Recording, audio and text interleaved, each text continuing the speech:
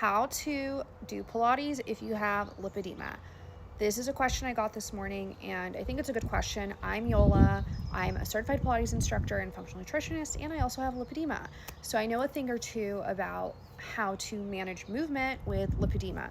A lot of people do not understand lipedema. So if you go to your studio, unless the instructor has it or they were trained maybe with a physical therapist who works on lipedema, they might not know how to modify for you.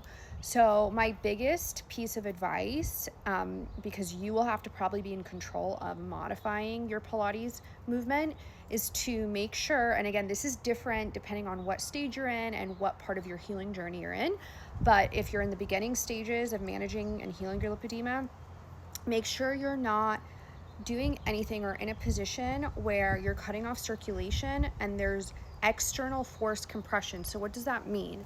I like to use the example of side lying. So if we're doing side lying either on the mat or the reformer, you might have one of those heavy fabric bands you put around your thighs. You might add a weight if you're on the mat as well, or if you're on the reformer, you might put the loop over your thigh as well with the band. And you might have an ankle weight. So that's a lot of already force, right? This is all about physics coming down into the legs, and the band might actually, with the loop around, might cut off circulation for you. And so if you start to feel like you're going numb or something, take it off. I do a lot of movement without the band, especially when I'm already getting tension on the reformer.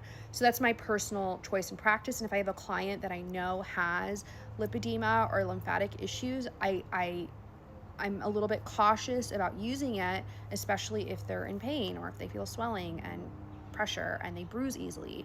So avoid anything that's putting too much forced compression.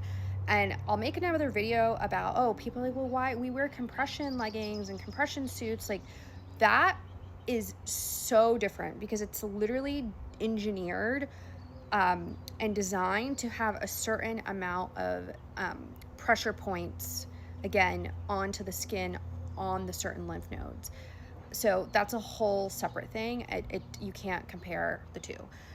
So bottom line, avoid anything that's cutting off circulation in any movement, and that's also potentially causing forced compression. It's hard to say unless I really see someone and I can observe them and I can give them that modification. So if you need help modifying in Pilates, write down in the comments what you need help with, and I'll make a video showing you how to modify.